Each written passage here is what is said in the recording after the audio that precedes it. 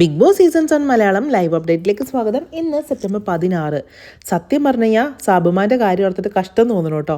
Big ബോസും നാട്ടുകാരും വീട്ടുകാരും എല്ലാവരും സാബുമാനായിട്ട് കളിയാക്കിക്കൊണ്ടിരിക്കുന്ന ഒരു അവസ്ഥയാണ് കാണുന്നത്.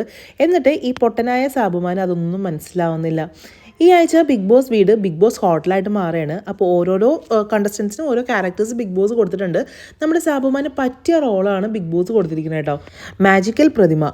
വായി തുറക്കാത്ത ഒറ്റ കാരണം കൊണ്ടാണ് സാബുമാന് ഈ ഒരു പ്രതിമയുടെ റോൾ കൊടുത്തിരിക്കുന്നത്. അങ്ങനെയെങ്കിലും ആ മനുഷ്യന് ബുദ്ധിയും ബോധം വന്നൊന്ന് വായി തുറക്കട്ടെ എന്ന് വിചാരിച്ചിട്ട് കഷ്ടം തോന്നുന്നു സത്യം പറഞ്ഞാൽ ഈ സാബുമാൻ്റെ കാര്യം പറഞ്ഞിട്ട് കേട്ടോ. ബിഗ് ബോസ് വീട്ടിലേക്ക്, അതായത് ഇപ്പോൾ ഹോട്ടലിലേക്ക് 2 അതിഥികൾ വന്നിട്ടുണ്ട്. നമ്മുടെ മുൻ കോണ്ടസ്റ്റൻസ് ആയിട്ടുള്ള ഷിയാസ് കരീമും അതേപോലെ ശോഭ വിശ്വനാഥും. ഇവർ രണ്ടുപേരും വന്നിട്ട് കുറേ സ്വീറ്റ്സും കുറച്ച് സാധനങ്ങളൊക്കെ കൊണ്ടുവന്നിട്ടുണ്ട് ഗിഫ്റ്റായിട്ട് കണ്ടസ്റ്റൻസിന്.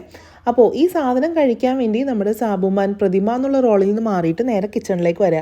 അപ്പോൾ ഈ ശോഭ വിശ്വനാഥ് ആണെങ്കിലും ഷിയാസ് കരീം ആണെങ്കിലും നമ്മുടെ സാബുമാൻ്റെ അടുത്ത് പറയുന്നുണ്ട്, അങ്ങനെയെങ്കിലും ഒന്ന് വായി തുറക്ക്. ഇതുവരെ ഫുഡ് കഴിക്കാൻ മാത്രമല്ലേ വായി തുറന്നിട്ടുള്ളൂ, ഇനി എന്തെങ്കിലും ഒന്ന് വായിന്ന് സംസാരിക്കുന്നുള്ള രീതിയിൽ കളിയാക്കി പ്രതിമയുടെ അടുത്ത് പറയുന്നുണ്ട്. എന്നിട്ടും ഈ പൊട്ടനായിട്ടുള്ള മാജിക്കൽ പ്രതിമക്ക് അതൊന്നും മനസ്സിലാവുന്നില്ല.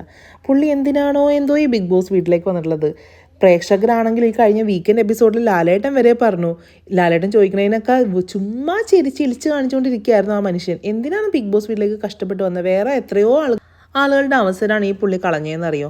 എനിക്ക് സത്യം പറഞ്ഞു കഴിഞ്ഞാൽ ദേഷ്യം വരും കേട്ടോ ഈ പുള്ളിയുടെ കാട്ടായം കാണുമ്പോൾ. എന്ന് വെച്ചാൽ ഇത്രയധികം ക്യാമറാസ് ഉണ്ടായിരുന്നുണ്ട്. പണ്ട് രേണുസുദിനെ പറ്റി നമ്മൾ പറഞ്ഞിരുന്നില്ലേ, ഒരൊറ്റ ക്യാമറയെ പോലും പെടാതെ ഈ രേണുസുദി എങ്ങനെയാണ് നടക്കണമെന്നുള്ളത്. സെയിം തന്നെയാണ് നമ്മുടെ സാബുമാനും. ഒരൊറ്റ പ്രശ്നത്തിലും ഇടപെടില്ല, ഒന്ന് വായ തുറന്ന് സംസാരിക്കണ കാണുന്നില്ല. എന്തിനാണോ എന്തോ ഇതൊക്കെ ബിഗ് ബോസ് വീട്ടിലേക്ക് കയറി വന്നിരിക്കണേ.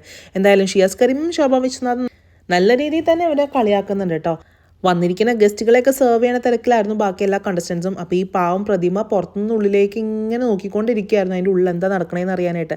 അവസാനം കഷ്ടം തോന്നിയിട്ട് നമ്മുടെ അക്ബറാണ് ബിഗ് ബോസ് വീടിൻ്റെ ഉള്ളിലേക്ക് പ്രതിമേനെ വിളിച്ചു തന്നെ.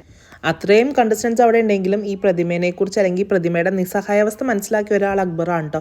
അക്ബർ ഒരാൾ കാരണമാണ് പ്രതിമയ്ക്ക് ഈ ഗസ്റ്റിൻ്റെ മുമ്പിൽ ഒന്ന് ഡാൻസ് കളിക്കാൻ തന്നെ ഒരു അവസരം കിട്ടി തന്നെ. പ്രതിമേനെ വെച്ച് ഡാൻസ് കളിപ്പിക്കാൻ നല്ല കഴിവുള്ളതാണ്, നിങ്ങൾ എൻ്റർടൈൻ ചെയ്യിക്കും എന്നൊക്കെ പറഞ്ഞിട്ട് ആ ഒരു രീതിയിൽ പ്രതിമേനെ അവരുടെ മുന്നിൽ പ്രസൻറ്റ് ചെയ്ത ഒരാൾ അക്ബറാണ് കേട്ടോ. സത്യം പറഞ്ഞത് അതൊക്കെ അപ്രീഷിയേറ്റ് ചെയ്യേണ്ട കാര്യമാണ്. അതുകൊണ്ട് സാബുമാന് കുറച്ചെങ്കിലും സ്ക്രീൻ സ്പേസ് ഇന്നത്തെ എപ്പിസോഡിൽ കിട്ടുമെന്ന് വിചാരിക്കുന്നു. ഇതൊക്കെ ലൈവിൽ നടന്ന കാര്യങ്ങളാണ് കേട്ടോ. ഇതൊക്കെ ഇനി എത്രത്തോളം എപ്പിസോഡിൽ വരുമെന്ന് അറിയില്ല.